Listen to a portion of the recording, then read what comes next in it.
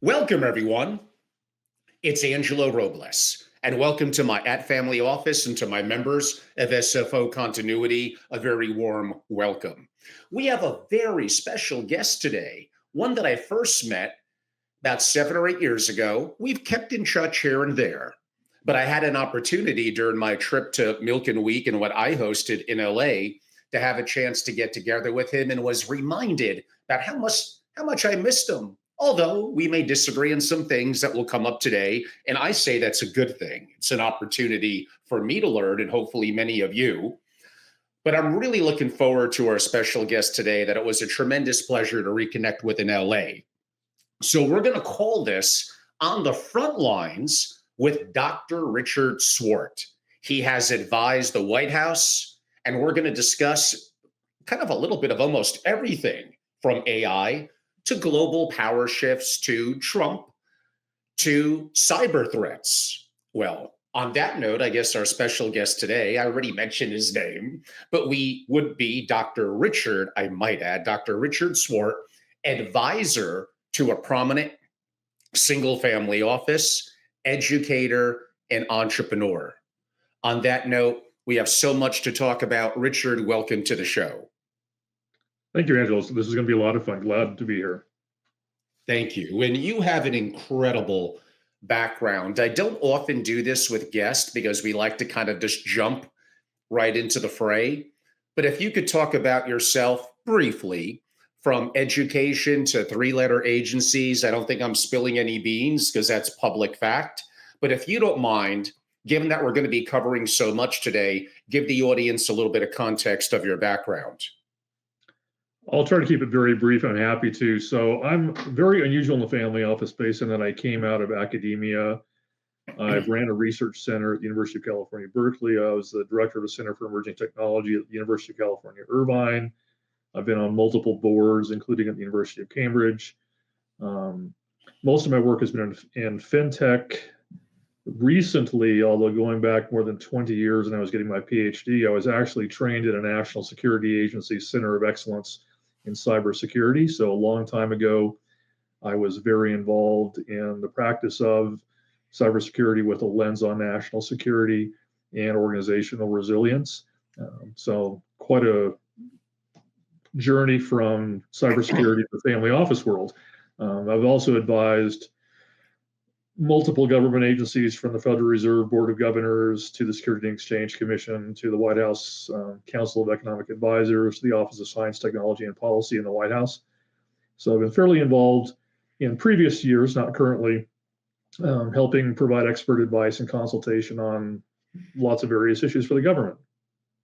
Excellent. Richard, that's incredible. And really, given my interest in geopolitics, macroeconomics, obviously, as you know, we've had many talks AI.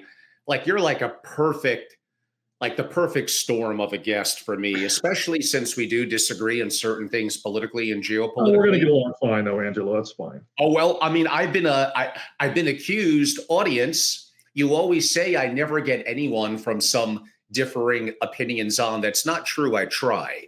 Now I definitely have someone on, although you're going to find we probably will end up agreeing. Maybe more than we even thought. It's funny when you say a long time ago. It wasn't that long ago, Richard. You're very spry.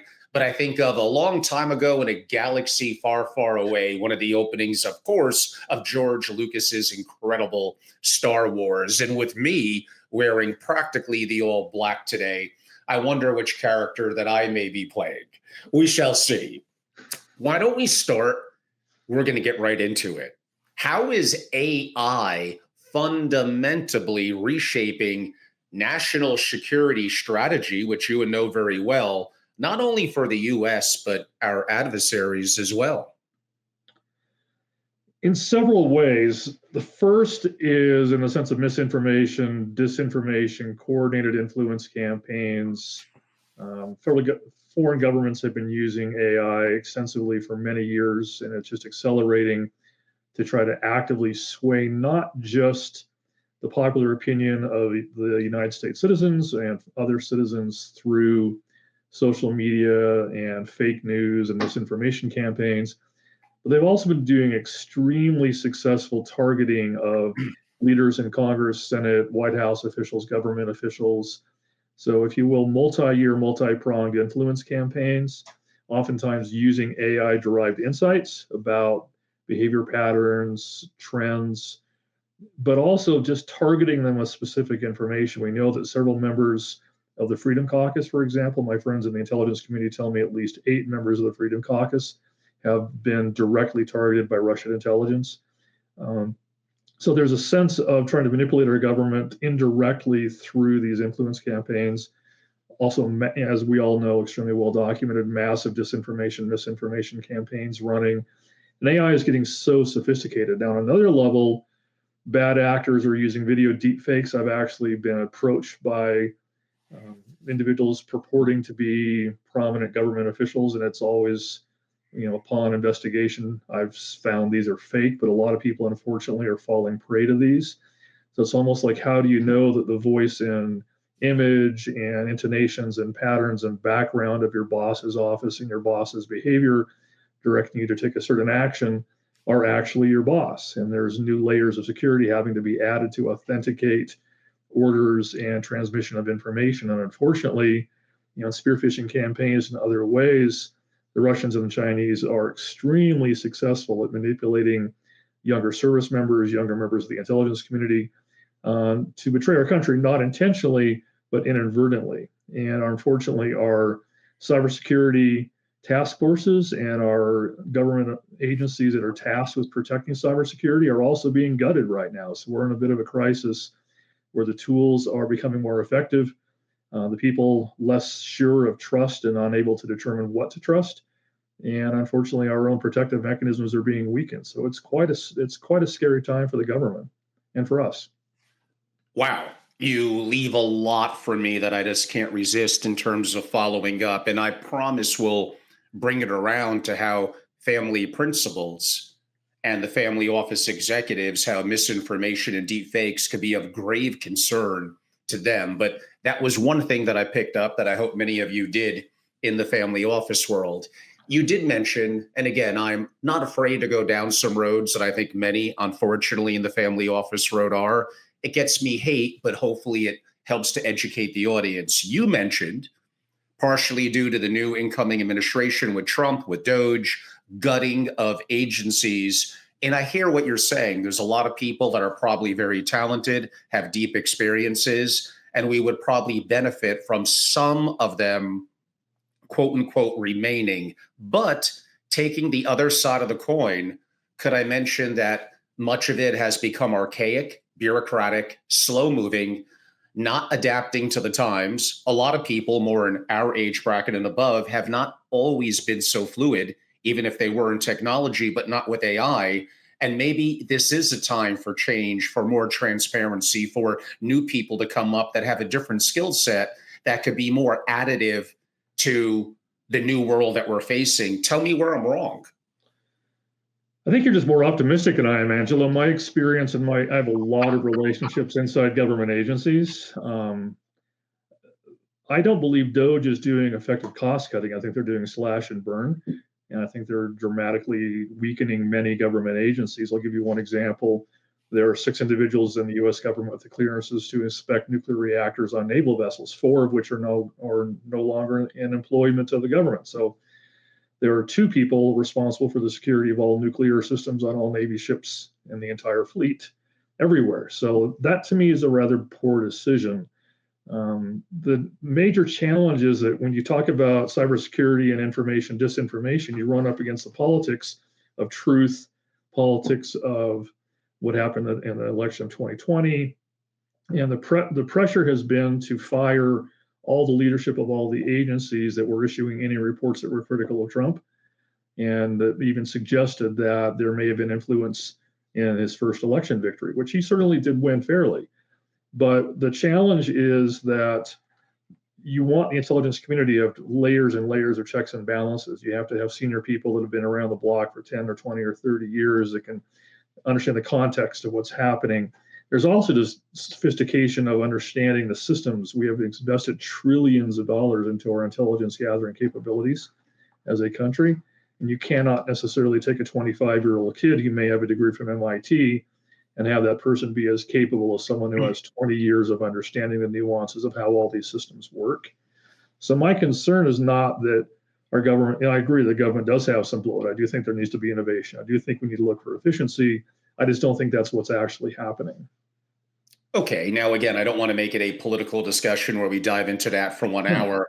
I think in other things that we're talking about, it's going to raise its head and we'll resurface it. Yeah, But there is one thing that you did mention. And again, you say some things. I said some things, Richard, not everything. of That did course. make some sense there. And again, there'll be times where I'm going to come back to it. But you did state in my opening question, and you kind of reconfirmed it now, relative to disinformation, psychological warfare by our arch enemies on perhaps younger employees, imparting, like you just said, they don't necessarily have the experiences. I'm going to push back, even though you're talking to someone who's up there in his decades. You're 35, Angelo. Come on. Oh, of course, of course. Could I make the argument Yeah. that your brain is most cognitive, fluid, and flexible, and you're the PhD here, probably hitting arguably a peak at probably 25 to 27? That's Might correct. be wrong about that. And being stuck in archaic ways, a lot of people who are smart and successful, they're reluctant to change. They anchor because what they have done has worked pretty well. But that doesn't mean it's going to work in what I defined, I guess, a word that's not too popular because it gets you partially banned on social media, or at least it did. New World Order. We are in a new world. Don't I want people that see things differently?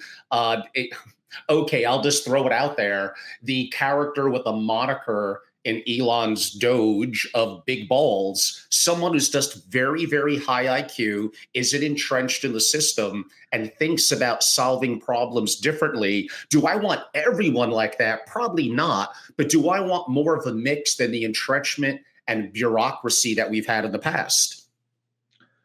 I don't want anybody who's 19 years old who has no security clearances inside of top secret security systems. That's, having been in that world, it scares the hell out of me. To your point about, do you want young people who are willing to take a fresh look? Sure. If you are objectively trying to find ways of being innovative and efficient and trying to understand systems, but I mean, we're talking about hundreds of interacting systems and thousands of programs and operational details.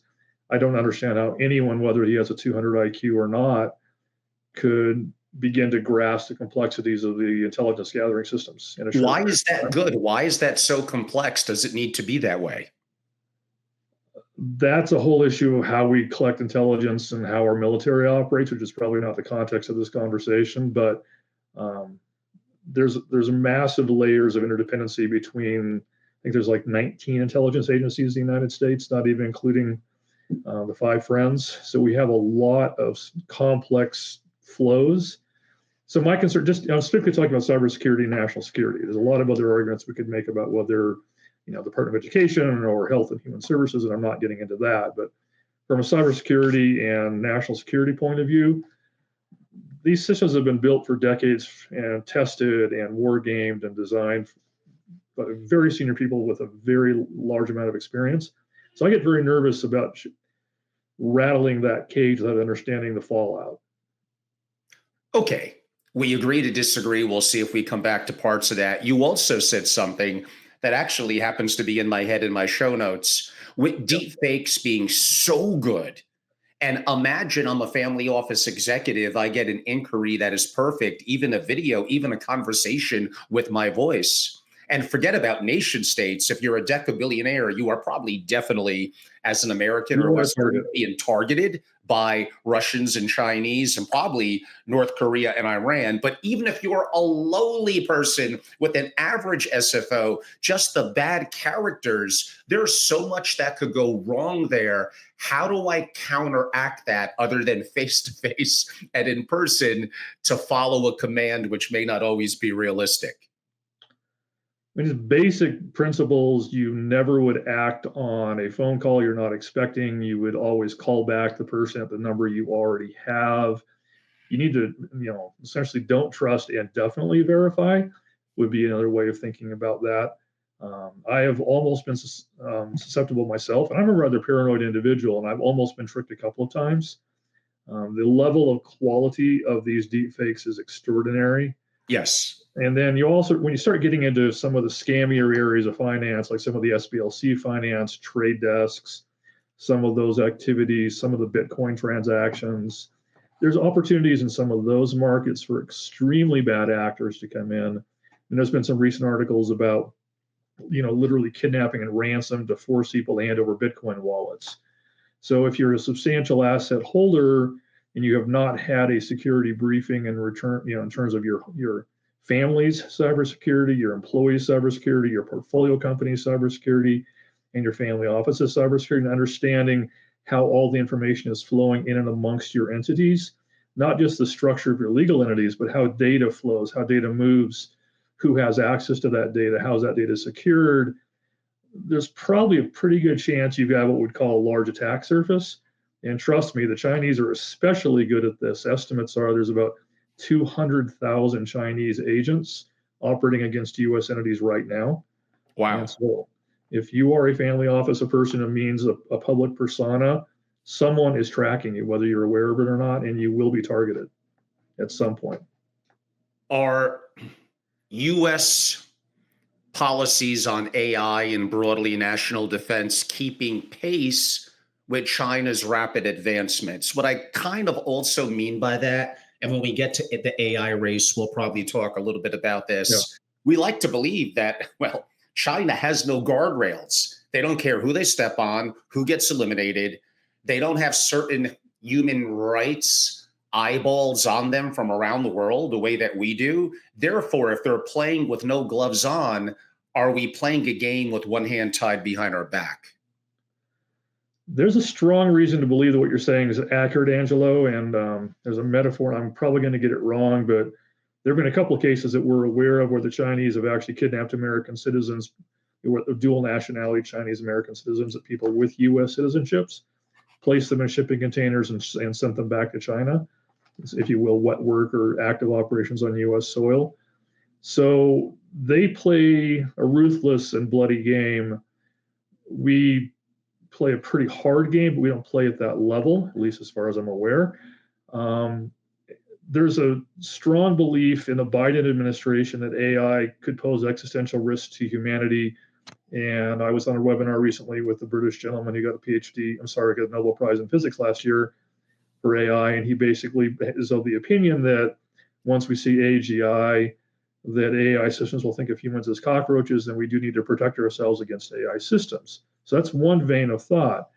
The other vein of thought is the technological capabilities that AI is bringing to the table are advancing so fast that we are in a literal arms race with China, and that we need to not regulate it tightly and allow the technology to develop as quickly as possible to compete with them.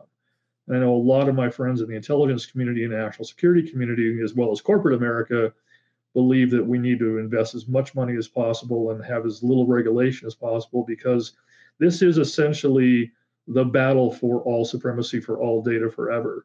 If you combine the quantum threat with the AI threat, and China's already far ahead of us in quantum technology, it's going to be very, very difficult to compete if we don't keep up or exceed the level of investments happening. Part of the challenge is China is inside almost all government systems and inside of almost all university systems.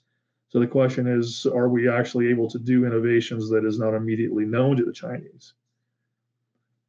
So I tend to, because of my national security background, err on the side of competition as opposed to regulation in this particular case.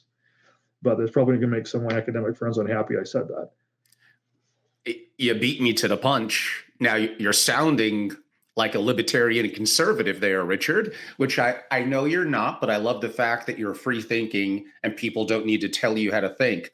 I would state, because people know my perspective being libertarian, that exactly what you said from my, I don't know if I'd use the word experiences. Why don't I say from people that I know and from this being a free thinker and critically thinking, that the US educational system has grave challenges. Oh We're yeah. not here to talk about the AI impact in education. It's so obvious it will be stark and I think beneficial, but we could debate that. But the whole structure of how the education system works, of the fact that it does appear to be extremely leaning to one political perspective versus the other, and what it's outputting in our children, and the input of misinformation, China, Russia, etc., it sounds kind of like a disaster. When I think of, let's assume that, and you and I are kind of agreeing here, that we are right, what could we do about that? Because that seems very entrenched. There's several things I could comment on. Are you asking specifically in terms of how to increase our competitiveness against them in AI? I'm not sure I'm understanding your Oh, question. we're going to get to that. No, I mean, you said it. I didn't want to go down this road, but you Right. did. The fact that the U.S. educational system is not only bureaucratic and antiquated, it is quote unquote infiltrated in multiple different ways. And is that impacting our young people being educated in a system that is going to skew towards chaos and disinformation? Yeah, that's a hard one, Angela. I mean, there is. I'll use an example. When I was at UC Berkeley, and I'm an unusual character in that I'm a Christian who's not afraid to talk about my faith at UC Berkeley, which is not exactly a compatible culture. I was actually given a warning once by HR because another professor complained that I was talking about Sunday school in the faculty lounge. I'm not making that story up. So that's an example of extreme intolerance in the guise of a tolerant institution. However, the research shows that most kids that go to college don't change their political views, don't change their religious views. In fact, hardcore conservatives emerge more conservative, hardcore liberals emerge more liberal. The sense that universities are skewing people one direction or the other, actually, there's not a lot of empirical evidence that that happens. There is evidence that the Chinese have done a masterful job of getting inside of research laboratories, computer systems, high-tech centers. Um, Many times Chinese graduate students are sent over here and they don't even know they're going to be an agent of the Chinese government, but they're sent over here to do research, and then they're encouraged to share information back on what's happening. We know that the Chinese and the Russians have deeply penetrated a vast majority of American companies. Our cybersecurity has been underinvested in and not taken seriously for decades in the United States. I was shown evidence of Chinese penetration more than 25 years ago of our systems, and it has not ever been adequately addressed by any administration of any political persuasion. I guess when I talk about infiltration, I'm talking about literal Kind of Chinese a hackers, US kind of IP. IP and emerging labs and what research is being done and what the emerging thoughts are. I've even had it done to me. I was giving lectures, and I one time saw 4 Chinese people at the back of the room taking notes. And then when I finished, they all just scurried away. And one of my friends said they all got in a van and drove off together. Sorry, that's not how graduate students behave. I suspect that that was an intelligence team that was capturing information on something that's being discussed at this particular conference.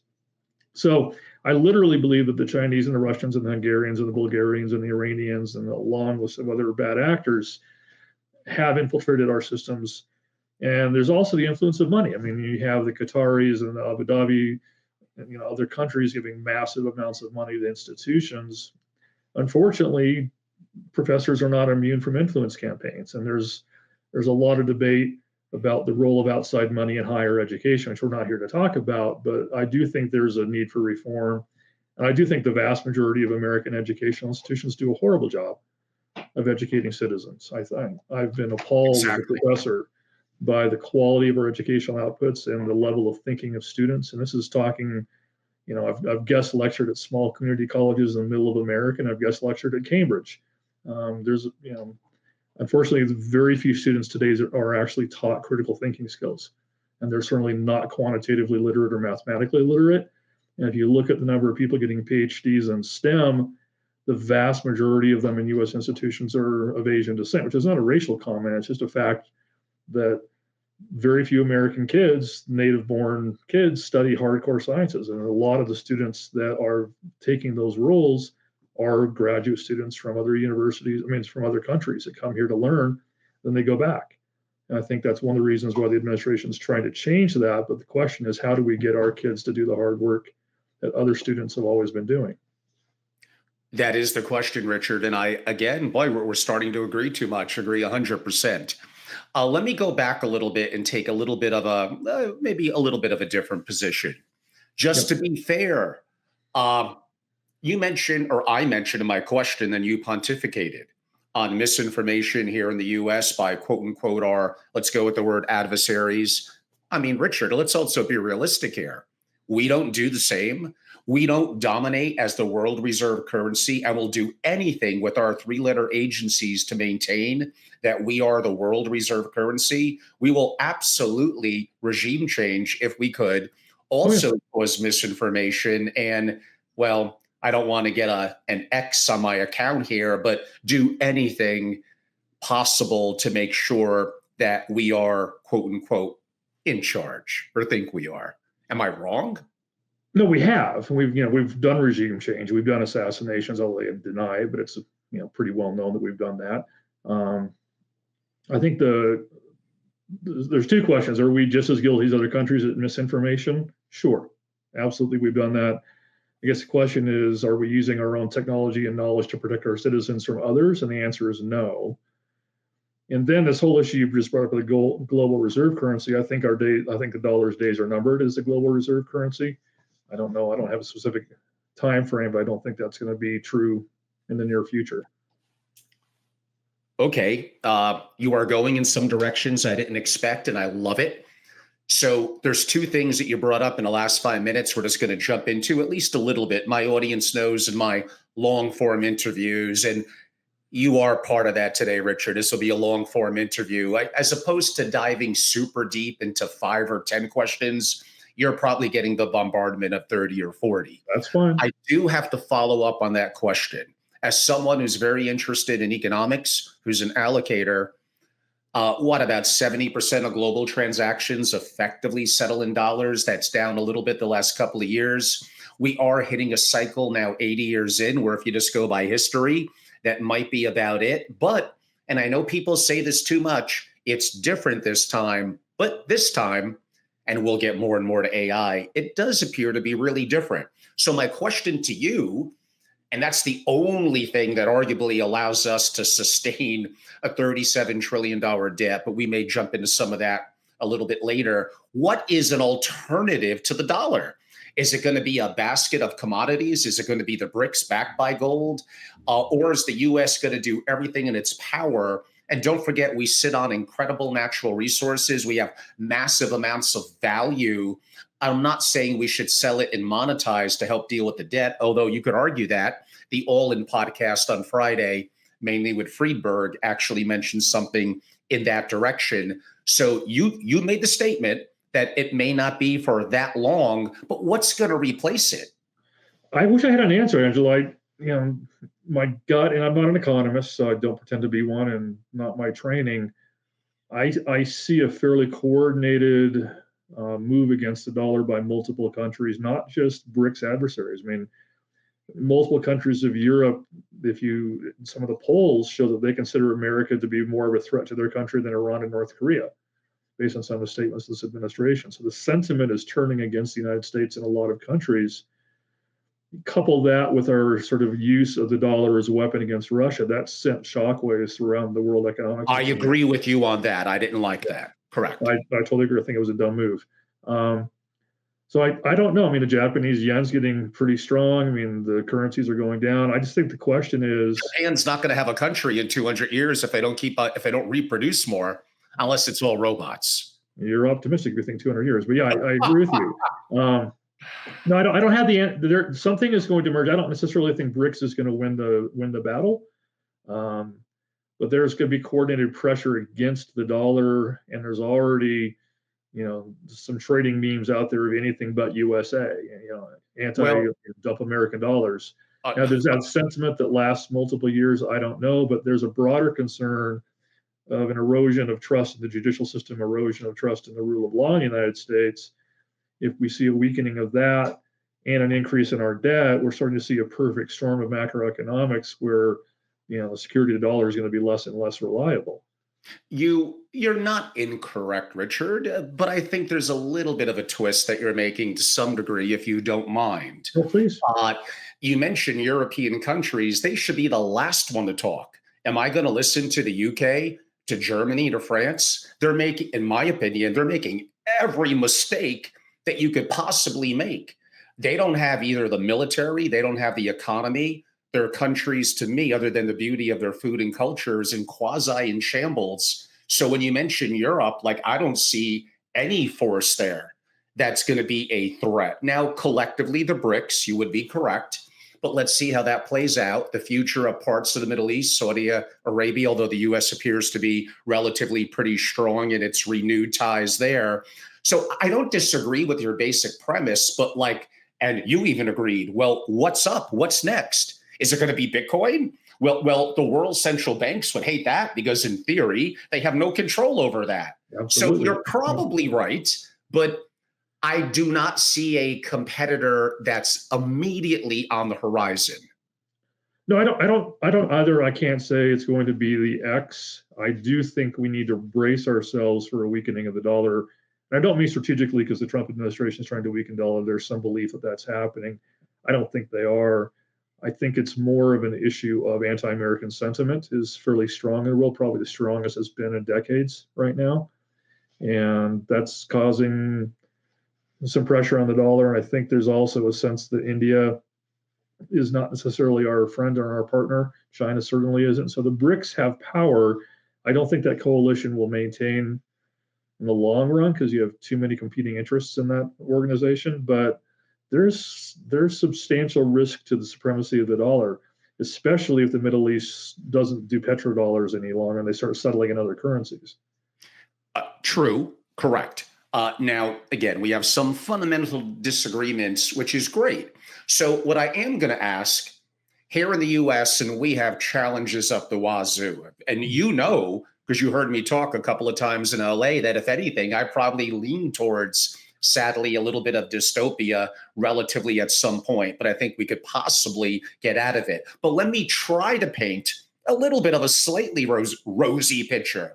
We are arguably the first or second military in the world. We are the US. We are, quote unquote, where the world for now still settles. We have incredible energy resources. We have natural resources. We have the Mississippi River that leads to incredible farming and agriculture.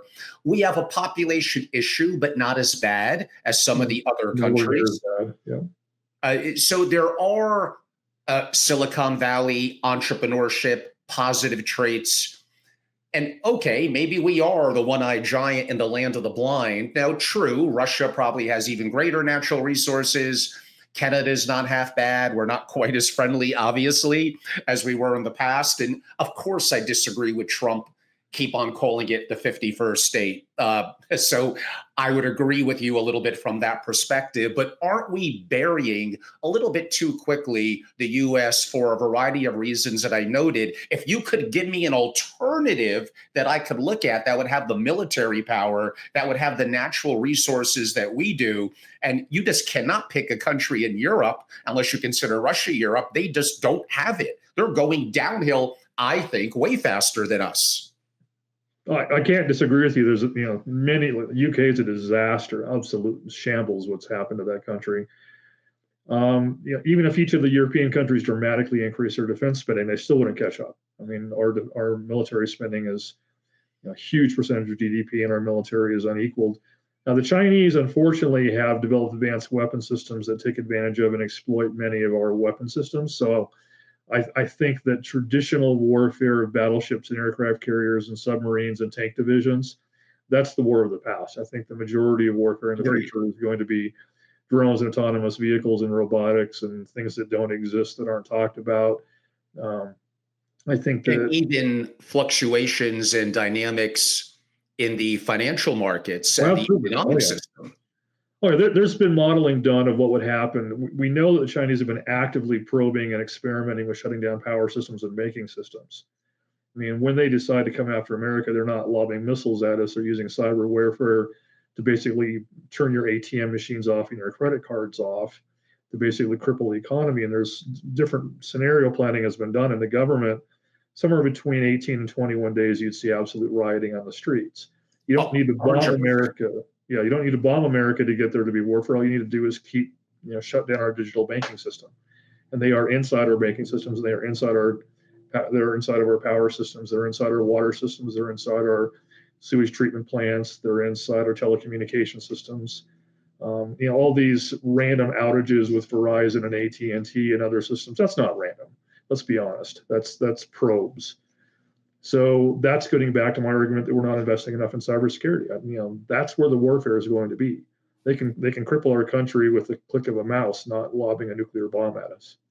Well, again, Richard, we're going down some different roads. I've had this discussion even online and at my events with the family office fixer, Daniel Zamora, with former Navy chief cryptologist, Chase Cunningham, and others. I've had multiple so-called ex-CIA people on before.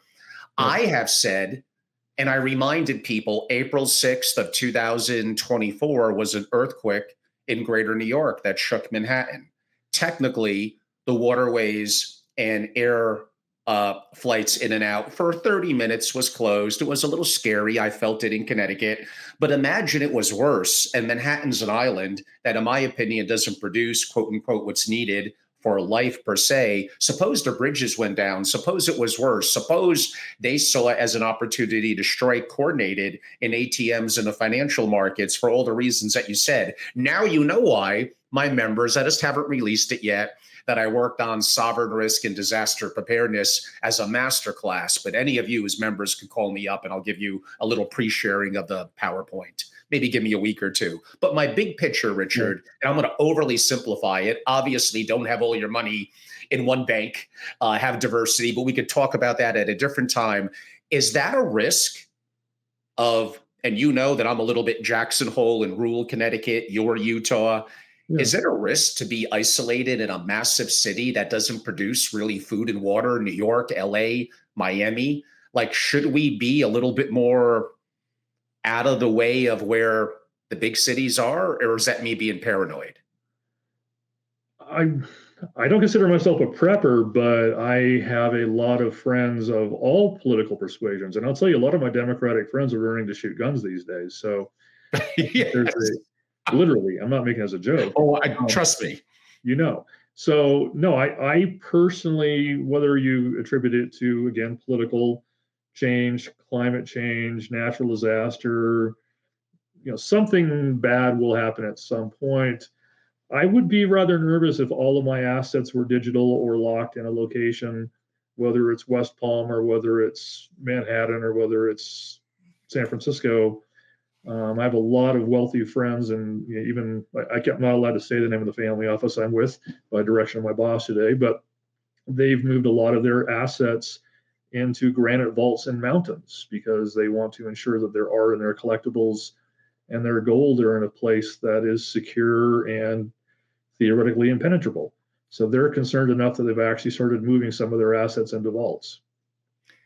Yes, although I saw Richard 3 or 4 times in LA. The one time I didn't see him, I did a luncheon on Monday at a place called Porta Villa, Beverly Hills, very nice. Richard did make a luncheon there for about 7 people a couple of days later, but we had a guest speaker. I gave a macro overview, and then we had a guest speaker effectively from Switzerland talk exactly, and I've been talking about this for years. Effectively, it was physical ownership of gold out of the banking system in the mountains of Switzerland. Would I have all my money there? Of course not. If the world goes to total hell, could gold be worth anything? Maybe not. And how am I going to get there? I hear you. But does it make sense to have 1 to 5% potentially of an asset like gold out of the banking system in a country that's been very safe and sovereign and then buried, kind of quote unquote, the vault in the mountains? Richard, I rarely find people that agree with me on this. This is great. I'm loving it.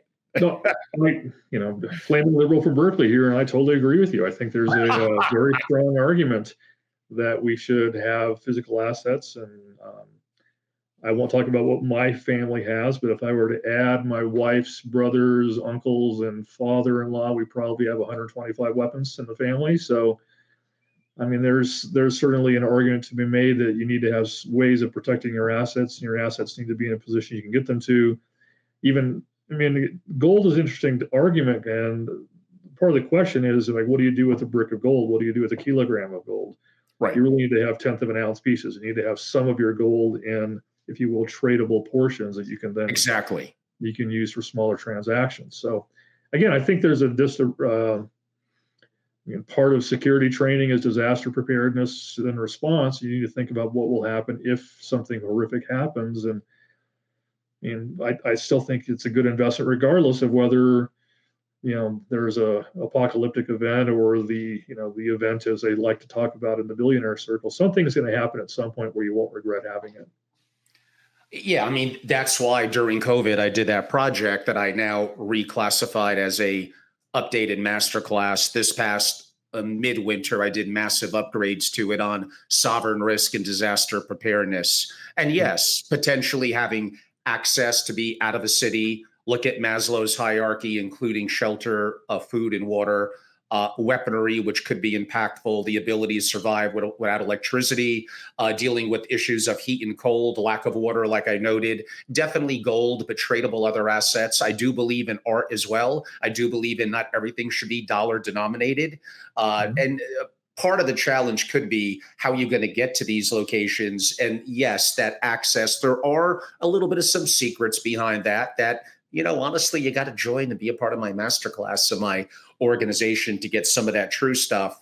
But this is important things that I think generally families and family offices totally ignore. But if you're a bloodline of the family and not thinking about this, like then you have a problem. Richard, I promised I would come back to. It's a little bit of a subject near and dear to our hearts. Took a little longer than I thought. We're about 45 minutes in, and that would be AI. So it does look like it's coming down. Well, who knows what the future might hold, but to US and China. So I said before, and we saw a little bit of it in DeepSeek, although that was definitely some level of misinformation by the Chinese hedge fund and probably shorting NVIDIA and things like that. But oh well, we could maybe save that one, but you could comment on it if you want. But the big picture is to make the assumption that because of Silicon Valley, because of our incredible tech companies, and kudos, all good things for America, that we are ahead per se, especially with them stealing. And we mentioned that earlier in terms of IP. If we are a little bit ahead on certain things like that, let's call it 6 months, we are not even in the game, partially because they don't have guardrails on energy production and on manufacturing. And then you bring in robotics, we're probably behind. Drones were not even playing in the same ballpark. So yeah, there's some things we may have a little bit of an edge on, but there's others where we don't. We might even be far behind. And to assume that we're winning and gonna win the AI, the quantum, the robotics game, this is absolutely at best a coin flip, possibly China having a slight to more than slight advantage. Well, a lot to unpack there. Yeah, no kidding. Yeah, no pressure. Let me just address a couple things, and again, I don't pretend to be an expert in all those areas. I certainly know enough to be dangerous in many, but let me defer to a couple people that I believe have a lot more expertise than I do. Let's take robotics first. One of my friends, and I've done some advising work with them. Full disclosure, I do know the company, Chang Robotics. It's an American fund with a Chinese name.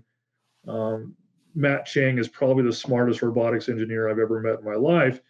And Matt says that a lot of the Chinese humanoid robotics is doomed to fail. And I can't pretend to channel his absolute world-class expertise in robotics, but a lot of that is show. A lot of that is trying to appear to be more advanced than they really are. I think when it comes to actual industrial applications, functional robotics that either augment human workforces or robotics that actually are, work in factories, I think we're actually ahead. I think the perception is the Chinese are ahead because of all the interesting humanoid-like robots. That most of those, when you get into battery and energy and stability, they actually are nowhere near ready. Now, in terms of AI, What I think the tendency of Silicon Valley is to raise mountains of money and spend as much money as possible to build the biggest systems. The Chinese have demonstrated that you can build very good systems, maybe 90%, 95% as good, with much less data and much less technology. So I think there is going to be a strong pressure, and every time we try to restrict their access to a chipset or to a technology, they do an end run. I think that the traditional Silicon Valley model of innovation, if you call Silicon Valley innovative these days, I don't think Facebook is an innovation, is not working in AI. I think we need to get very scrappy and get back to sort of the hacker culture of the 1980s of pushing the boundaries of what technology can do, pushing the boundaries of what systems can do. In a way, the Chinese are behaving like the hackers of Silicon Valley that made Silicon Valley successful. They're taking less technology and figuring out how to use it smarter and faster and wiser than we are. The Middle East is just pouring grundles of money at building data centers. I don't necessarily think that they're adding much value. I mean, I've been to the Middle East, I've done some work in Qatar. Nothing against Arabs in general, but just the educational system there isn't anywhere close to ours. I mean, they don't have that depth of talent and innovation expertise. So it really is China versus the United States, and the question is, can spending trillions of dollars maintain competitiveness? I think I would argue very much it needs to be a gigantic shift of culture, back to the Manhattan Project, back to creating innovative solutions. I don't think the Silicon Valley mindset is going to win this battle in AI. Okay, a couple of follow-ups. One I'll do from something you said earlier. And I admit I'm bringing politics in it again. But again, if you want to we can get along and still disagree. It's sort of this crazy idea that we can actually disagree with each other and stay friends. I know it's hard to believe. And family office audiences outside of some of my stuff, mainly from last summer when I did some active debates, aren't used to this. Yeah. They sometimes get a little uncomfortable with confrontation, and that's not good. And confrontation is the wrong word of disagreement. And maybe we don't disagree. But here's one that I will bring up. And maybe it's a spin by Trump, like I hear, or Sachs, meaning David. The prior administration, and I think you actually hinted at this, let's call it Biden-Harris, obviously knew the importance of AI and appears like they wanted, I don't know, maybe jealousy of what they saw in China, to have more controls and government involvement. And I look at what the UK is doing, spying at its citizens about China with all the data that they input and limiting. And I think we heard Mark Andreessen talk about this, like they didn't want new AI entrepreneurial companies coming in. Now, I could also talk about what they did debanking and crypto, but I'll leave you away from that part of it, Richard. Would you state that was a bit of an approach by the Biden and Harris team? And if you think that it was, do you think that might have been a smart approach? I don't think so, but you may have a different perspective. I think they were driven first by a concern over the risks of AI as opposed to the potential of AI, and they were taking a very heavy regulatory risk mitigation approach, almost like how the SEC treats our markets.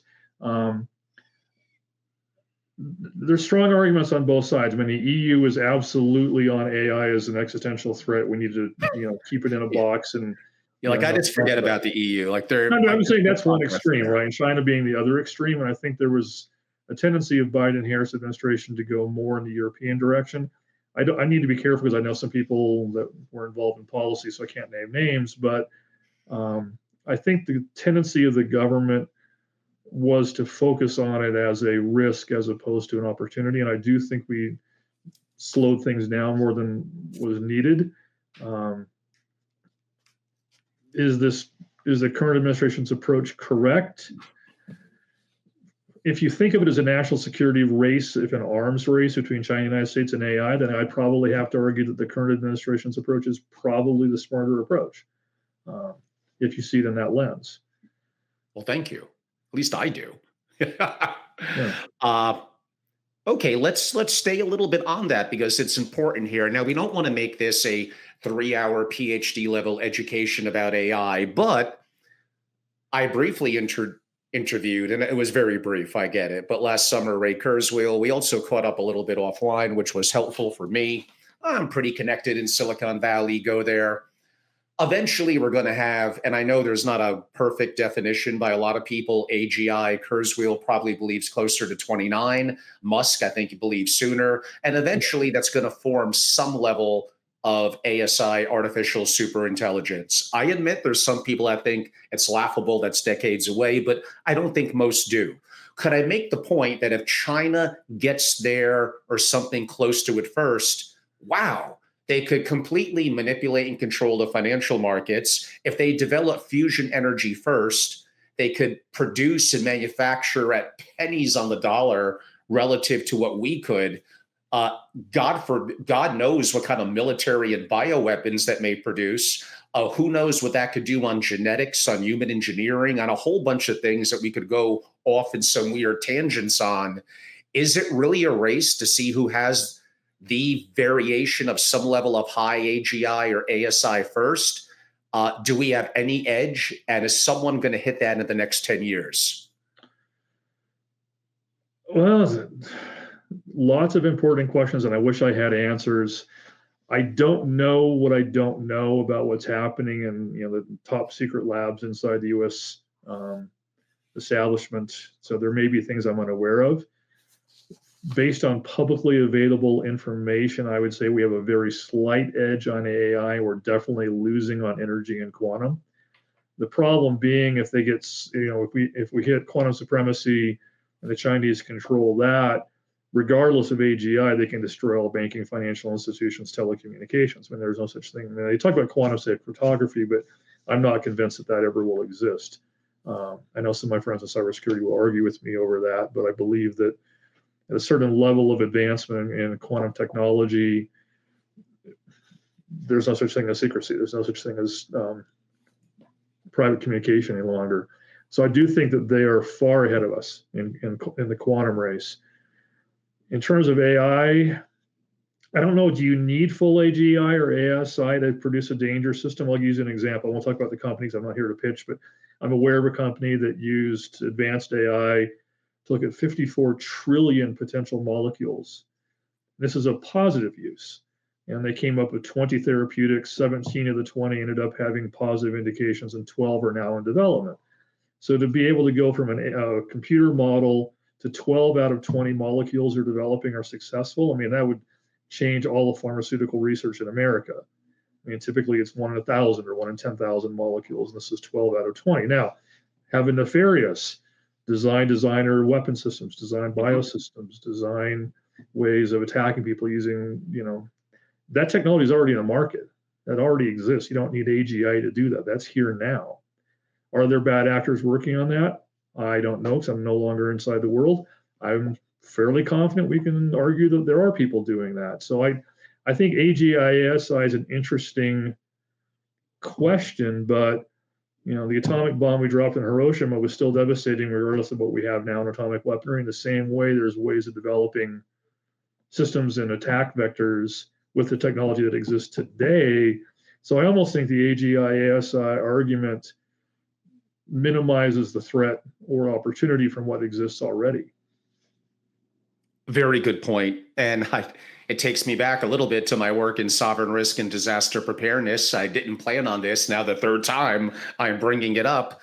I have written and spoken about this, and I get called a little bit of I wouldn't say lunatic, but someone, Angelo, under 1% chance. So my issue about that is it's not the odds, it's the consequences of something happening. Maybe something is a 1 or 3% chance, but if that effectively crippled you or wipes you out, that's not going to make me sleep comfortable at night. So when you mention the race, at least in quantum, that China may have a relatively massive advantage, I think people underestimate advances in AI and quantum, and the fact that they have no guardrails on energy manufacturing is going to give them an edge, maybe not quite on the IP, but on some of the other things. When you mention devastation potentially to banking systems, again, Richard, like, how do most people have their money? They don't have a block of $1 billion buried in their home. It's all ledgered. Right. What happens when the banking system goes haywire, when banks collapse, when the government can't or won't bail them out? What happens when custodial accounts get played with? What happens when titles to ownership and property are, I mean, we're not getting old school stock certificates anymore in decades. There is mayhem relative to how do you prove you own something. This maybe takes us back a little bit to gold, to coins, to art. I could argue Bitcoin, but we may throw that into a little bit of a later discussion. Things, I don't want to scare people, or we're going to look at as being that we're doomers in the family office world, but how do we alert people to a reality? And what I said, maybe it is a very small chance, but the consequences could be devastating. I'm going to reposition that question, although you could answer it in the format that I asked it. But if I had to reposition it, what should the super rich and family offices do to help hedge against those kind of risk? Diversification of banks, including small local credit unions. When you stick $1 million, I mean, obviously not a massive amount of money for a family office, but you should not have all your money in any institution. And of course, the larger the institution, the larger the attack profile. I mean, JP Morgan hired 22 people from the NSA a couple of years ago. They are investing massive amounts of money into cybersecurity. I'm not saying the big banks are not doing some work, and oftentimes the banks are ahead of the government in terms of cybersecurity. But at a certain level of quantum, maybe it takes 3 months to be able to access your money. What would happen if you literally could not move any assets, could not settle any bills, could not pay anything? Mm-hmm. So there's an argument for gold. There's an argument for cash. I would say multiple denominations of cash. Keeping some in small local, like there's a bank here in Utah that has 6 branches. So, something like that. I don't think the Chinese are necessarily going to target that bank. I actually do think having some Bitcoin in a cold wallet is not a bad idea. Mm-hmm. I think there's going to be a pretty strong utility function to having access to some Bitcoin. And I'm sure most of your audience knows what I mean by a cold wallet. But I think keeping it on us and something you can Sadly, Richard, most of the family office world has no idea. Okay.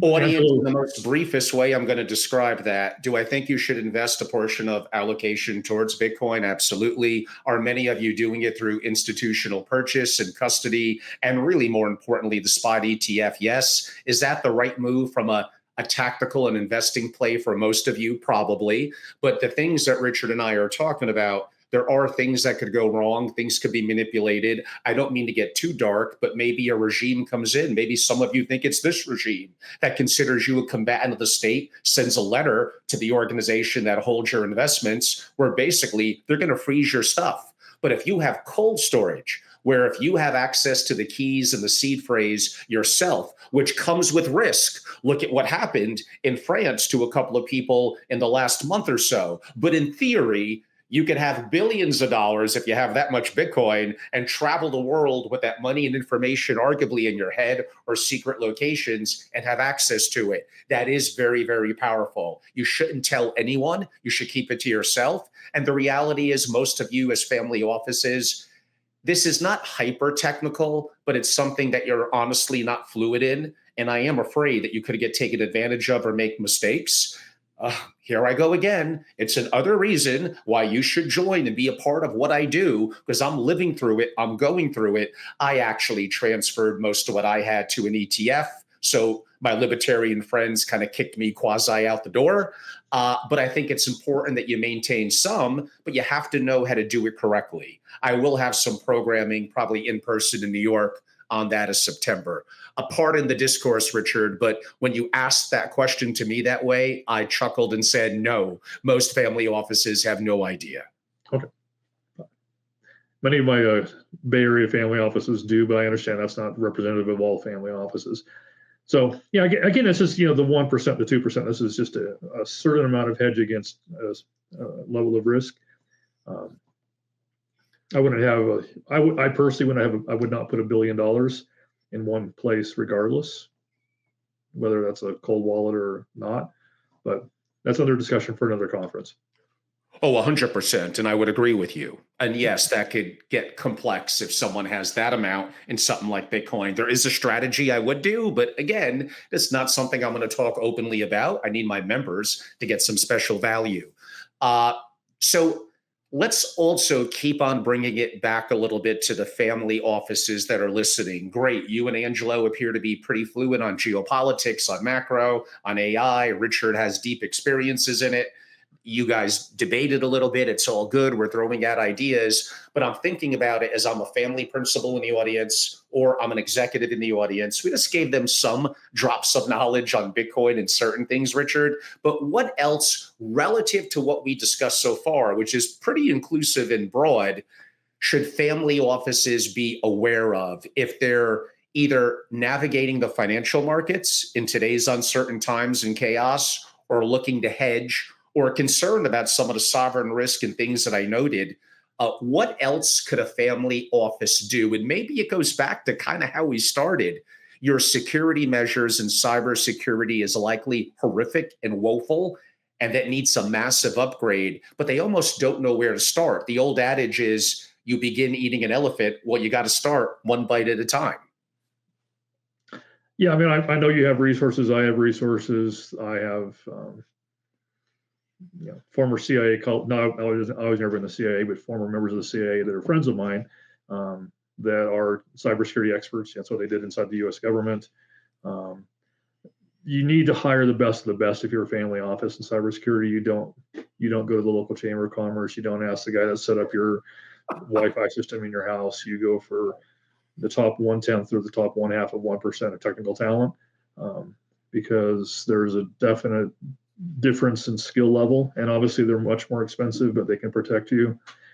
I think part of you have to understand the discussions around cybersecurity, physical security, family security, and psychological operations and misinformation are all congruent discussions. So oftentimes the way to get to a family office is through the grandchild. The way the family, the weak link is going to be human 92% of the time in cybersecurity. So it's who can we access? So there's an issue not only of the actual technical infrastructure, like private servers, hardened systems, encrypted tunnels. There's all sorts of things about how you transfer information that's not relevant to this conversation, but needs to be discussed.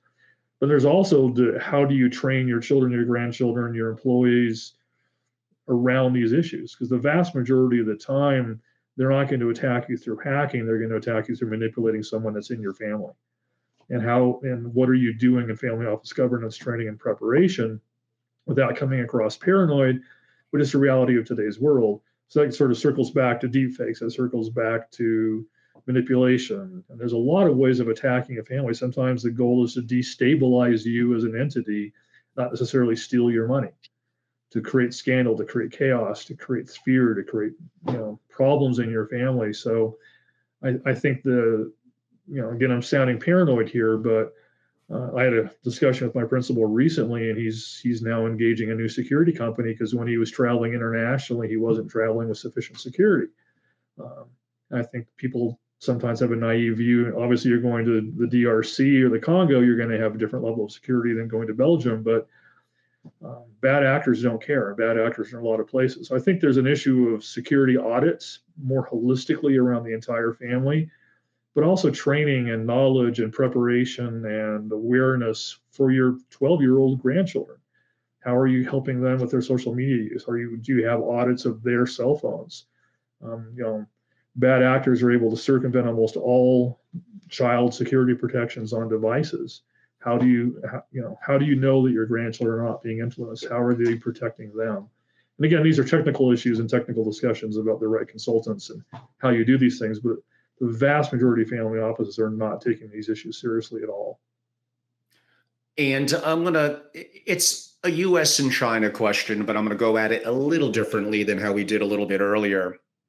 Obviously, the prior month in April, there was Liberation Day by Trump, and it did seem a little chaotic. But I looked at it from the perspective of the tariffs is that we have incredibly unfair trade balances. Maybe after World War II, that was needed to boost up some countries in a variety of different ways.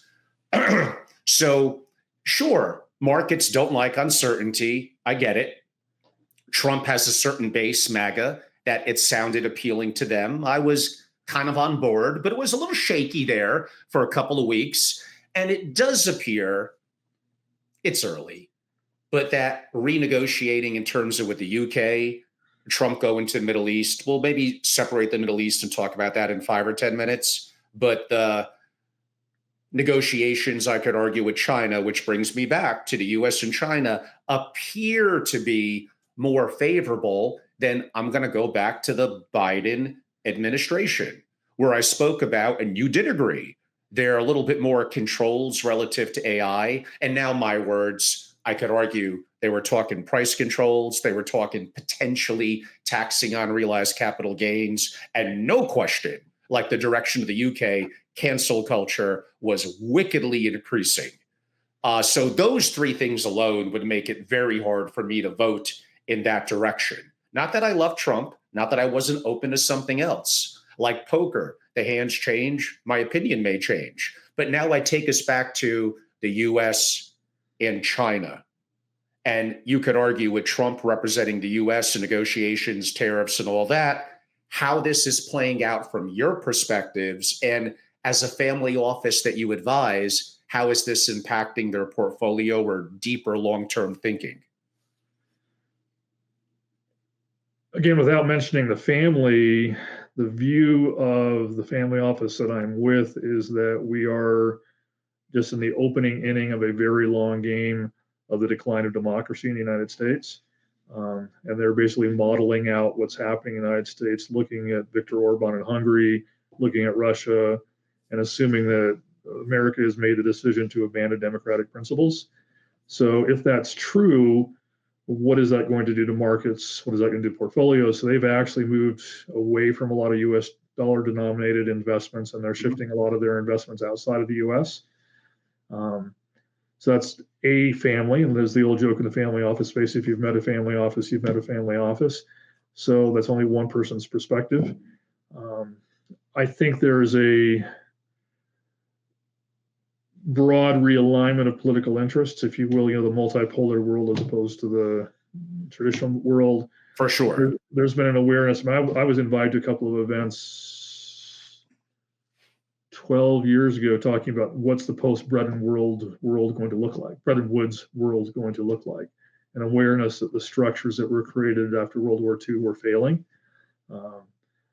I think you can argue they are failing. So what does the next iteration need to look like? It seems like the majority of the world is moving away from the idea of democracy, civil liberties, human rights, and towards a more authoritarian view, not just in the United States, but across the world. You're seeing this in multiple countries simultaneously. That's concerning to me. I think from an economic perspective, the Trump administration, to be honest, it's run by the think tanks. And I don't mean that cynically. I was literally at Cato Institute when the different think tanks divvied up the control of the first Trump administration, because Trump didn't assume he was going to win. He had no transition plans in place for economic policy. Heritage, ALEC, U.S. Chamber of Commerce, other groups came in, filled the gap.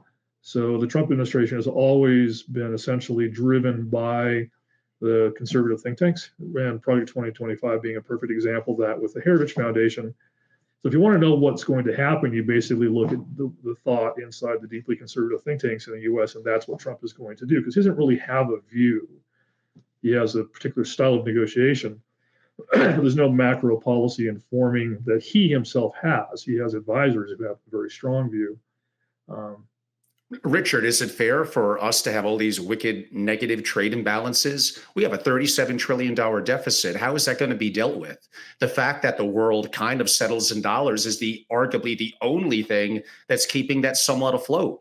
The way things have been is not working in the world going forward. Do we have an imperfect person in there? It appears that way, obviously. But I go back to what I said 5 minutes ago. The other administration talking about price controls, taxing on realized capital gains, a cancel culture, a more of a big government and oversight, bureaucracy. Like, I don't see how that was a good alternative. I mean, maybe I'm the idiot and I'm wrong. Yeah, I don't want to really argue Trump versus Biden and Harris. I didn't like either of them. But what I'm trying to argue is that we are seeing a total shift in the way that people think about the role of government. And Ronald Reagan, and I met with the head of the Reagan Library at Millikan.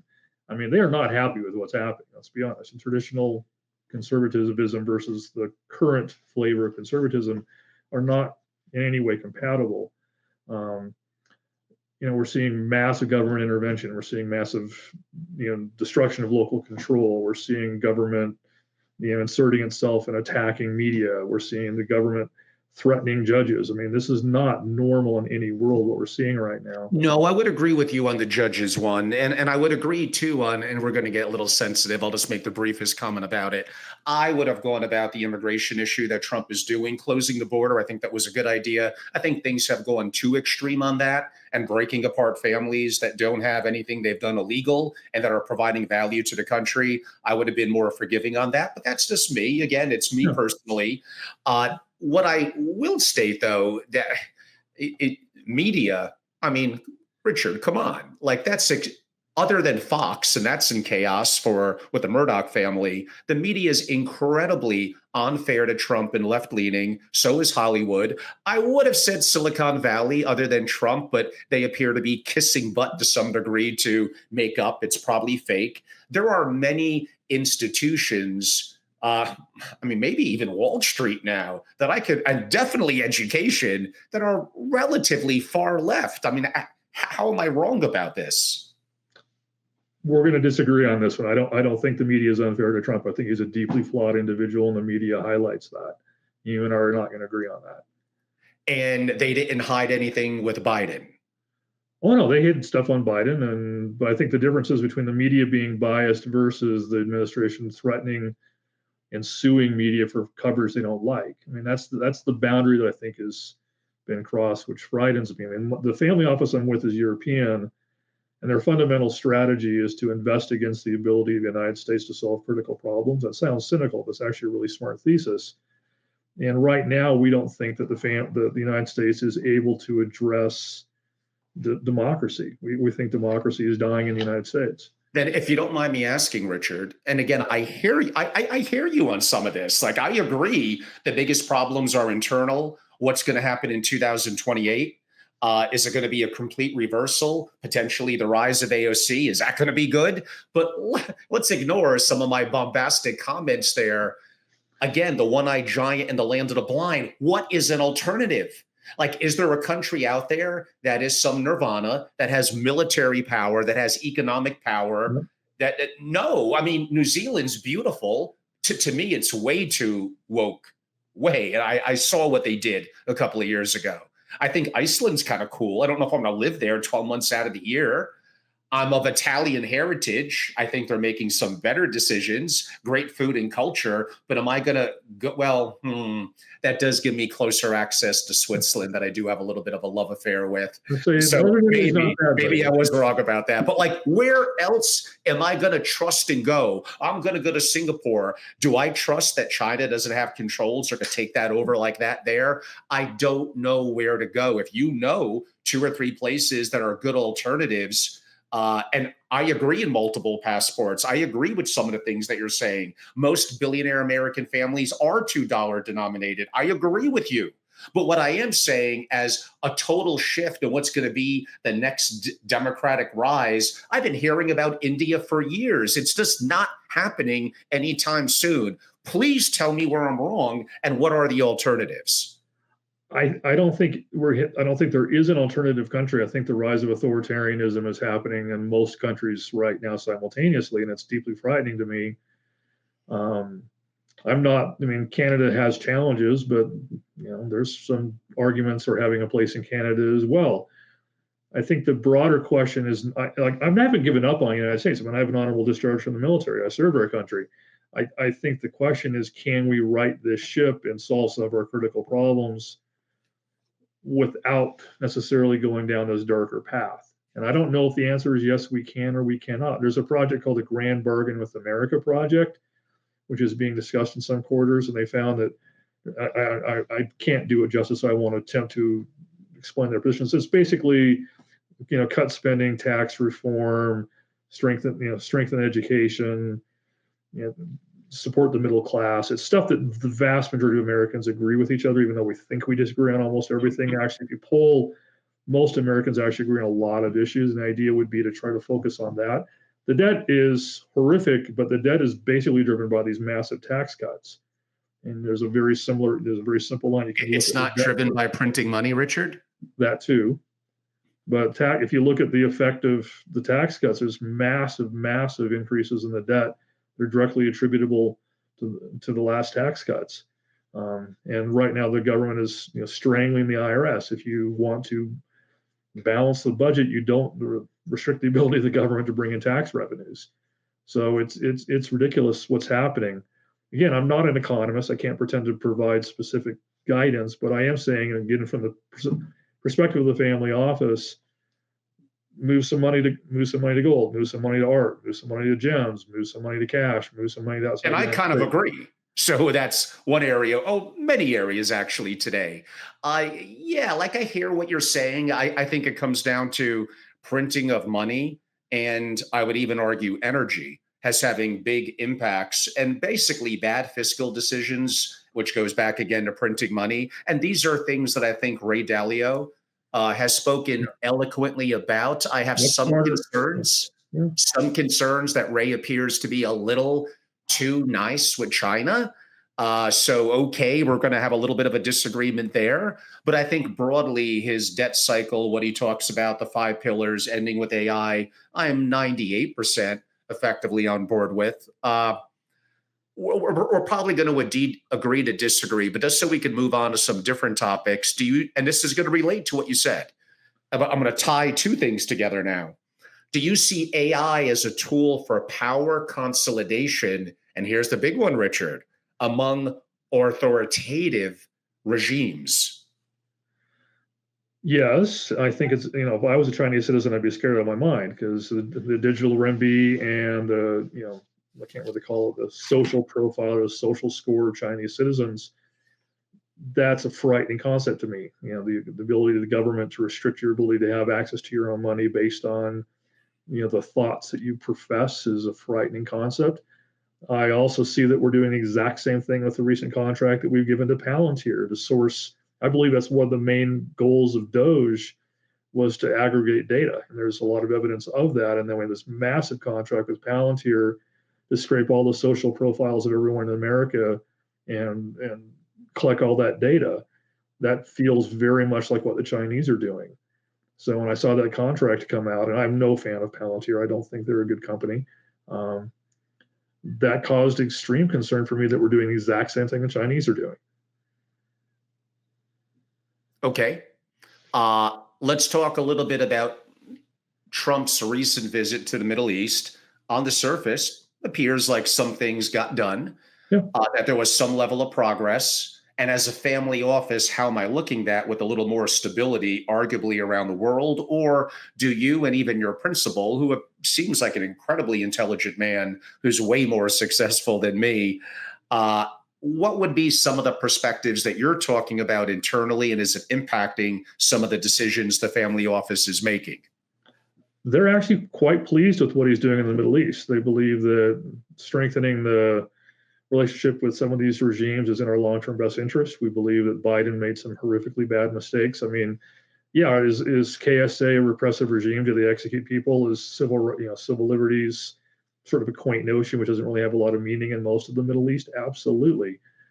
Does that mean that you can have a stable world order without a strong alliance with the wealth and the energy reserves that the Middle East has? No. So while I'm no fan of Trump, I do think that his most recent trip, and again, it's a lot of window dressing. There were a lot of things that were stated in such vague terms that you don't know what actually will come from some of those meetings. But I do think that Trump's style certainly plays better in the Middle East. And I do think that they're much happier having Trump in the White House than they would have been with Biden or Harris.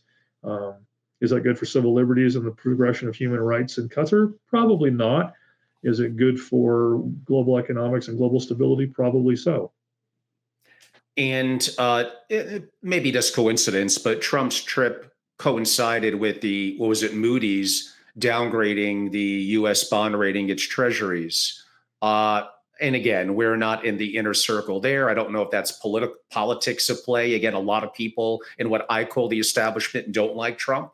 So downgrading is certainly a negative, may force Trump or the government, and who knows what's going to happen with Powell. We could get into interest rates and inflation. But again, looking at yourself, your principal, and your ears to the grindstone, like me, you were at Milken and probably more connected with even larger families. And maybe this was a little bit before that happened. So, what's been some of the scuttlebutt and thinking relative to the downgrade with Moody's? It was expected to happen. I mean, the other two rating agencies had already downgraded us, so it wasn't in any way unsurprising. We have a Congress which is operating on razor thin coalitions of extremely warring factions. So if you're being an objective observer of the health of our system of governance, and Moody's is essentially saying, is this government capable of addressing this debt crisis? Probably no. And then you also have strong indications coming from the White House that they're going to dramatically increase defense spending. And there's signals coming out of the White House, and we have heard directly from people inside the White House that they're preparing for war within 24 months. So if you expect some form of armed global conflict, and you're seeing a lack of the ability of the Congress was it 1992, I believe, was the last time we had a balanced budget? Is it 92 or 93? It's been a while.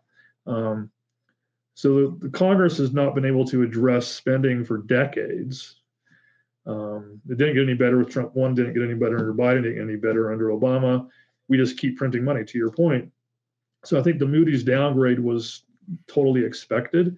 I don't see it as a political move. I see it as, yep, the government's not getting any better. Do we have the political will to address it? That's a really huge question. I don't think we do. I think, unfortunately, there's so many entrenched interests. And I've been to DC probably 150 times in my professional career. And it's a town run by special interests. Regardless of who's in the White House, it's a town run by the special interests. 100%. And I've been saying that to do the things that need to be done, and I'm going to get hate from this one. And again, I come from a wickedly humble, effectively a welfare background when I was growing up. So I get it. My mother needed support to help raise me and to live. And I appreciate it. I really do. But it's to do the right thing and probably cut entitlements to a degree and make massive changes where it's going to be hardship. I don't think Americans have that in them. I don't think we have the fortitude. And I think it will be very difficult to win politically. It's going to be hard at the midterms. It's going to be wickedly hard in 28 to do the things that really need to be done and some of the things that Dalio talks about. And I think it's going to be so hard. We may need, we're going to either inflate our way out of it one day, which would be a disaster. Think of, well, maybe a lot of countries have tried that. It doesn't work very well. No, it didn't work very well. And maybe my upcoming questions are going to be geared to this. So we'll hold your answer. But effectively, look at our debt to GDP, but potentially look at the hope of AI and robotics, the one-day fusion energy and all that might be impactful at some point. I don't know, 3 years, 5 years, 10 years, 15 years down the road, but is it insurmountable then at that point? Is the debt going to increase? Probably, because I think for Trump to win midterms and for the Republicans, and of course, if any of you are wondering, I hope I try to be fair. The fact that Trump even talks about a third term is disgusting. I do not like that at all. And I do think that if there's a way that he could somehow finagle to potentially do it, he probably would. So all of you that think maybe I'm not fair and balanced or incorrect on that issue and some others, I probably skew a little bit more to the other side. But I don't want to get distracted, Richard. My core focus was I basically agree with your comment. I don't think we have the stomach for it, but that does lead me into this question, which indirectly relates to that. How will AI-driven automation disrupt the global labor market, particularly, I could argue, in developed economies? So this goes to the advent of AI enhancing to coupled with robotics and the impact it's going to have effectively on work. Again, I'm not an expert, so I will just offer my personal opinions. There's going to be a massive disruption at the top of the food chain economically. Lawyers, doctors, professionals of all ilks where they've essentially sold their knowledge base as their value.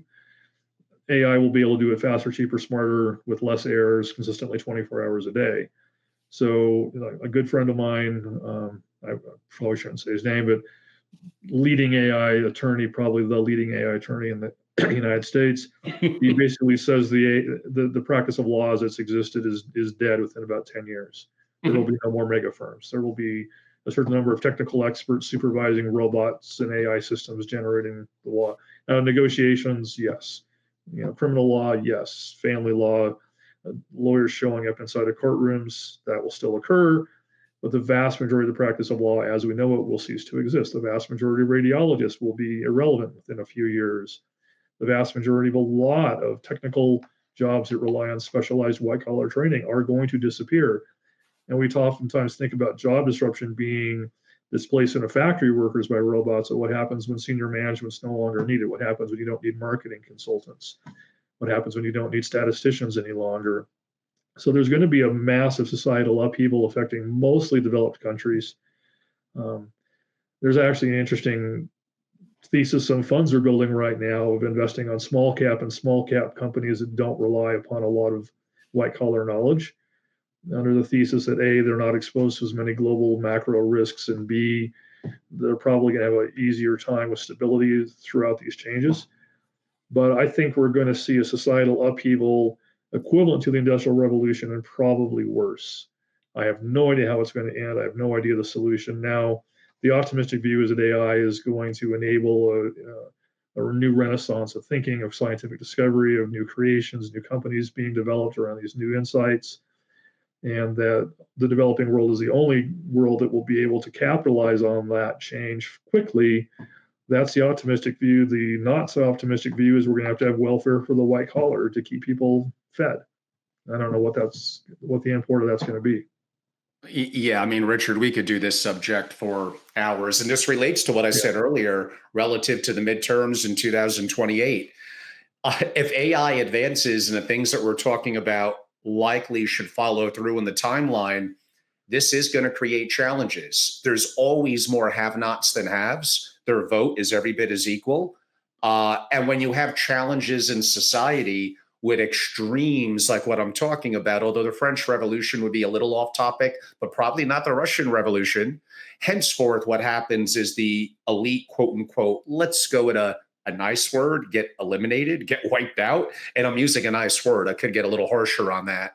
Therefore, that relates to a political issue. But henceforth, if we start to rein in, China's not going to rein in, Iran, and North Korea, and others. And if they get the edge from the things that we spoke about earlier, especially in weaponry and dominating financial markets, that could also be every bit a disaster. There is no easy way out. I don't claim that I have answers. I have more questions, and I'm probably making you all more fearful than maybe you need to be. Although maybe this goes back to what I said earlier. Something has a small percent or small odds of happening, but the consequences are dire. That's what you have to be concerned about and have to hedge. And we mentioned some hedges, and I don't know. I don't know if anything is really going to be that great if things get that quote unquote topsy-turvy. Richard, when I hear things like, I think Elon and others, within 20 years, robotics will be far more significant than the automotive industry, the biggest industry of all time. When I heard podcaster, he's a smart guy, Tom Bilyeu, basically say something like, within 20 years, imagine going to bed one night and 8 hours later, and he literally said this. I don't know if it was an embellishment. And again, who knows?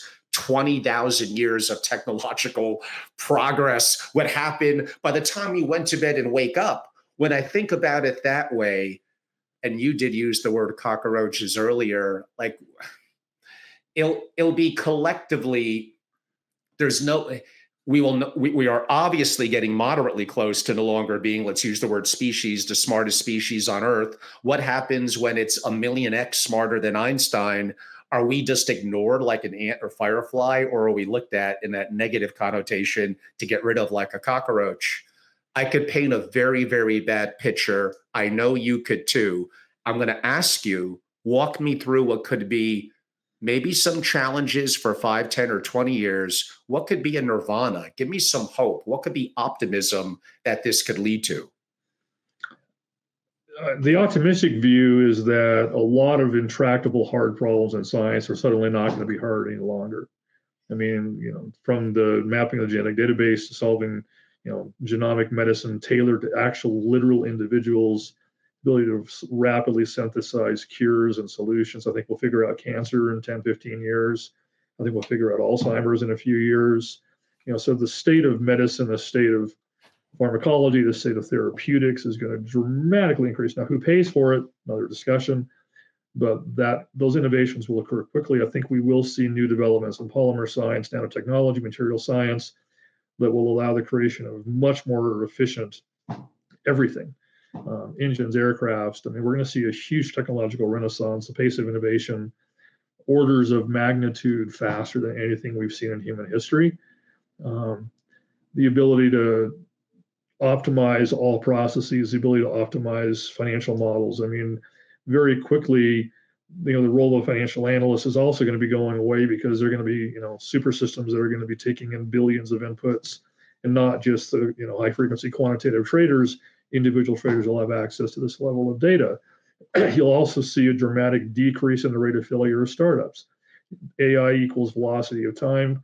You're going to see startups be able to be launched with 2 or 3 individuals, use AI augmentation, weed out the bad startups. I mean, the whole nature of venture capital is going to dramatically shift. You're going to see a huge increase in effectiveness. So, the ability of companies to be innovative, for science to be innovative, for technology to progress rapidly, AI is going to be like the invention of the light bulb and electricity, and probably more impactful. The question, though, is where's the human in the loop here? How many humans does it take? And I fear the world where humans are the minions assembling things that the robots can't be bothered to do themselves. That's one view. Yes, you did paint what could be through a little bit of some challenges, a utopia. And I agree, as people, as families, as global citizens, we should strive and benefit humanity and help to progress in the things that we're talking about. But you brought up something that you said I'm going to go back to a couple of minutes ago. White collar jobs going away. Oh, and now they're going to need some level of universal base income. That means we're printing money for them, and $10,000 or $20,000 a year, Richard. That's not going to get it done. That's not just paying for the basic of their food. Oh my God, I have a mortgage that's $11,000 a month. So we're going to support that lifestyle. Is that fair to everyone else? That would definitely get major backlash from people, and rightfully so. And even if that were to happen broadly to everyone, so great, take our $37 trillion of debt and make it 200 million. Why not? It's all paper money. It doesn't matter. Inflation goes to God knows what. There's not a pretty picture there. I almost can't get around. This may get ugly relatively short term, but there might potentially, if we play it right and have discipline, which apparently Americans don't, there may be a little bit of a utopia for some of the things that you noted at the end. I just don't know. Actually now, Richard, your principal and moving to the woods in Iceland or New Zealand is starting to look a little better to me now, the more that we talk this through. I have that effect on people, Angelo. Yeah.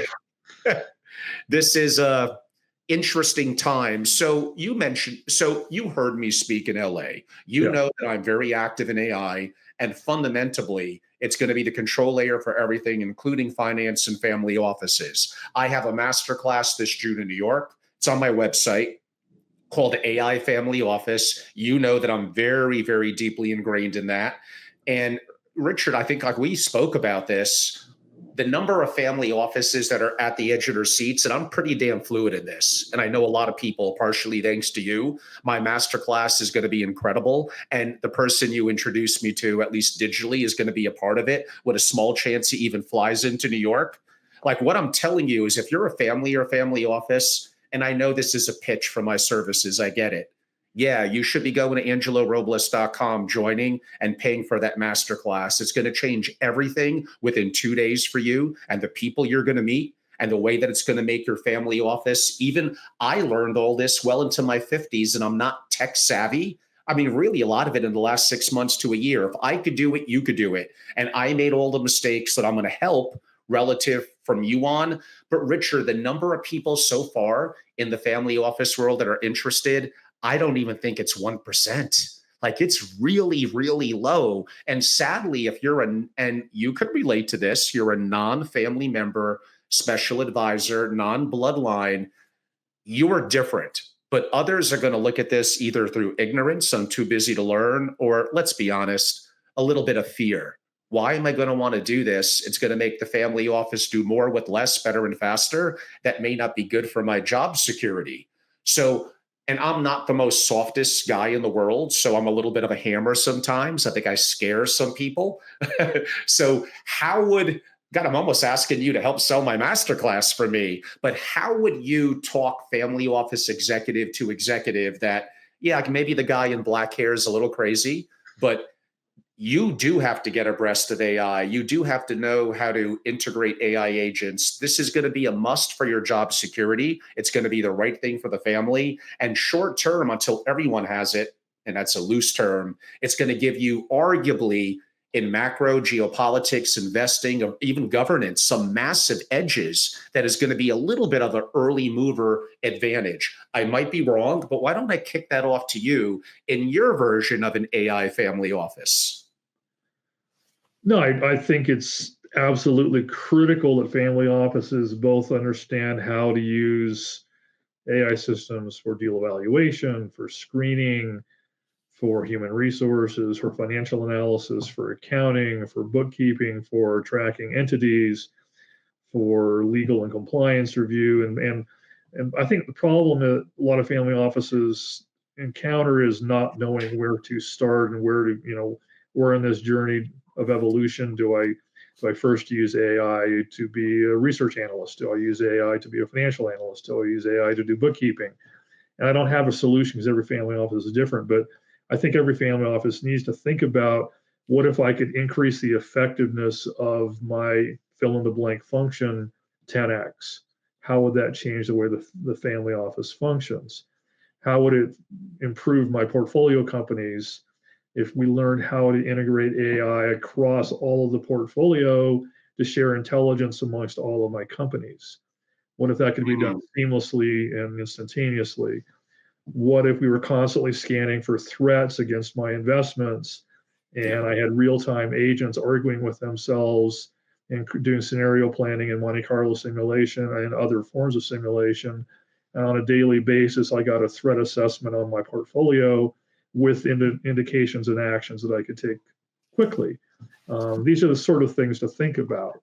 Um, there's ways of using AI today, and I'm not saying his name because I don't think it's right to advertise the services, but the gentleman we're referring to create constitutions, to create compacts, to create control systems, to create mechanisms. And one thing that most people don't think about is you can use one AI system over here to monitor and control and have some authority over another AI system. So it's not just AI as like I'm going to use ChatGPT, I'm going to use Anthropic, I'm going to use whatever. It's a more holistic question of if I could dramatically increase the effectiveness of something I do that's valuable to my family office, and I could do it in a matter of weeks, and I could do it at modest to low cost, and I could do it in a way that I could actually understand how it's functioning, why wouldn't I?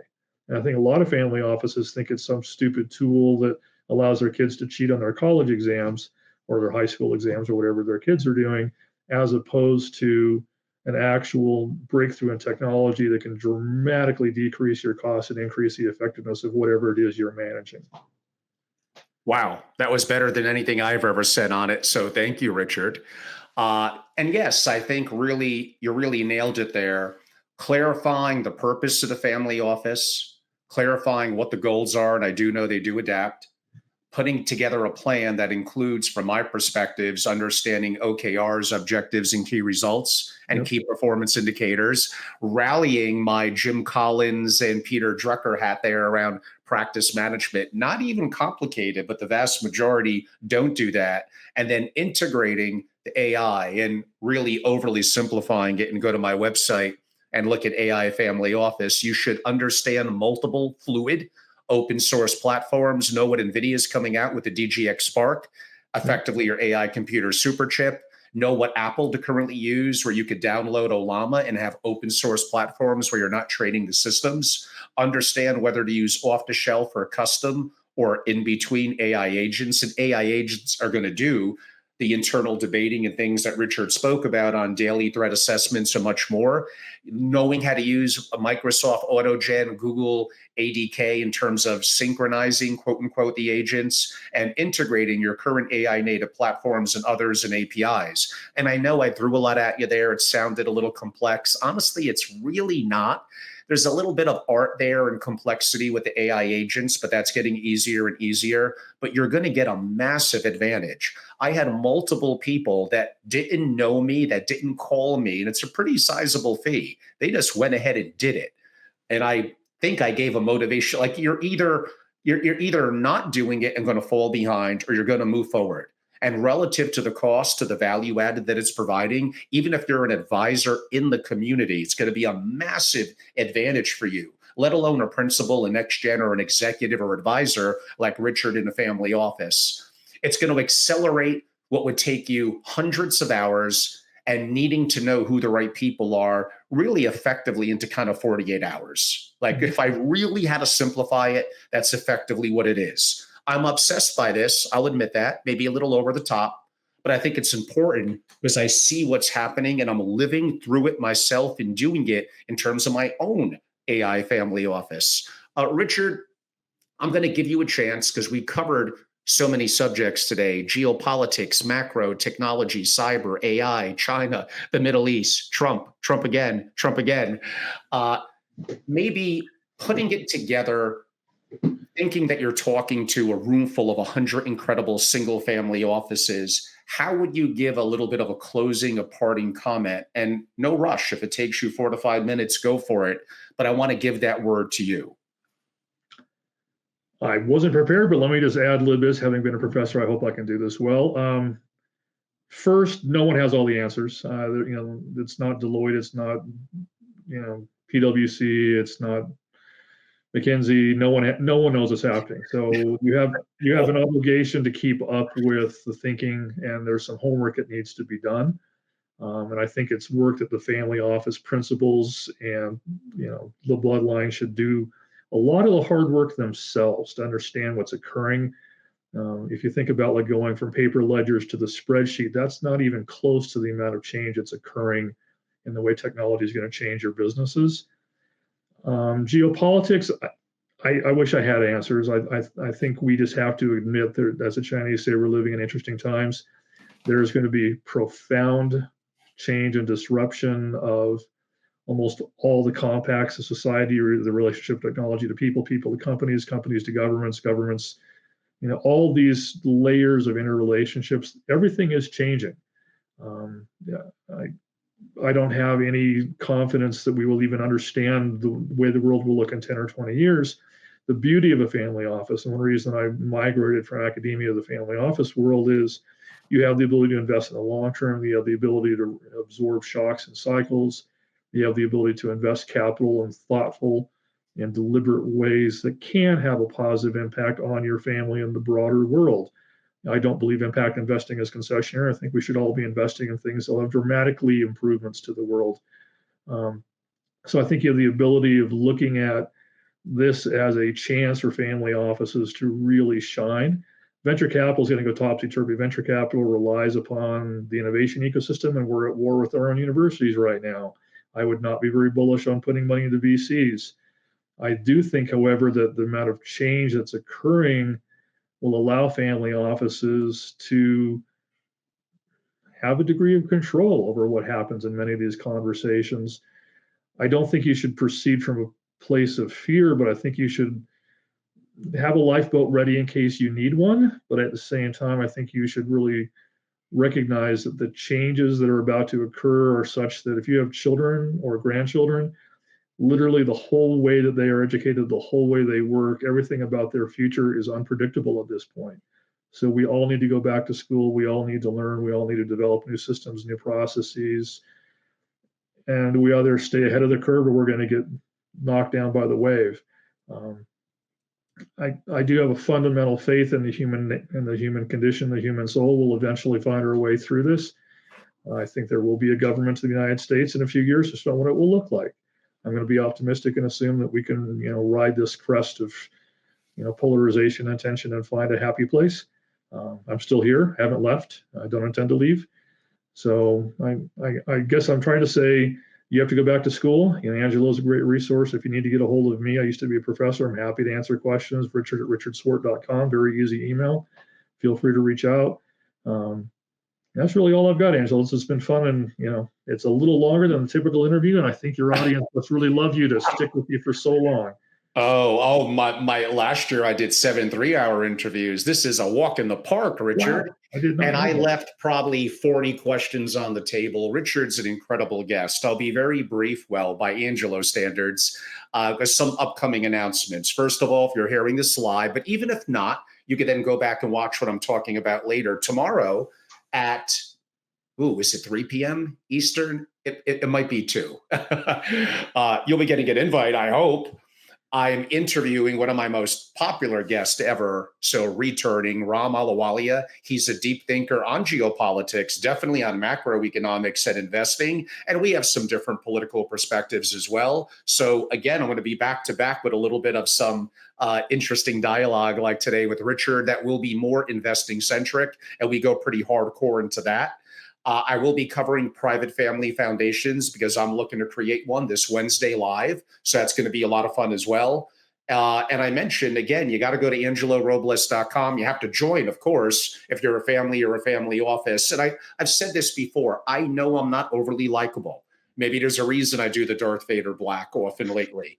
But hopefully you respect the level of my intellectual rigor, my experiences in the community, and I'm doing things and talking about things that others, honestly, like, where are they? I don't see them having long form, deeper conversations, let alone the one on ones I often do with my members and a lot of the in person, and bringing in people like Richard and others where you get to interact and meet them in special settings and hear the questions your peers are thinking about and asking that causes your mind to more understand and think for yourself. I think these are all very interesting developments. So yes, of course you want to be a part of my AI Family Office Masterclass. It's up on angelorobles.com. It's June 23rd and 24th in person in New York. I get it. It's relatively a little bit on the pricey side, but the value that you get condensing what I think is literally hundreds and hundreds and hundreds of hours. And even then, you're not going to have the connectivity in the community and people that I know that you're going to be introduced to help connect the dots and make amazing things happen that Richard spoke about in terms of what an AI family office could do right now, let alone 3 months from now or 6 months from now. Everything is changing rapidly. Follow me on LinkedIn. Follow me at Family Office on quote unquote on YouTube and X. I'm not quite as active on X. And simply go to angelorobles.com, stop wasting time, and join and be a part of it. And this summer, especially all that's going on in AI, is no time to rest. Have your 3-day weekends, enjoy your time. I get it here and there, and me too. This is the time for investing, for restructuring your family office. When the world is sleeping and relaxing, you can't afford to be doing that. This is the time. I'm going to be extremely busy this summer, including a program I'm hosting late summer in the Hamptons. So stay tuned. Lots coming up. Richard, you've been incredible. Thank you so much. Have a great day. Look forward to connecting next time. Thank you. Cheers. Cheers.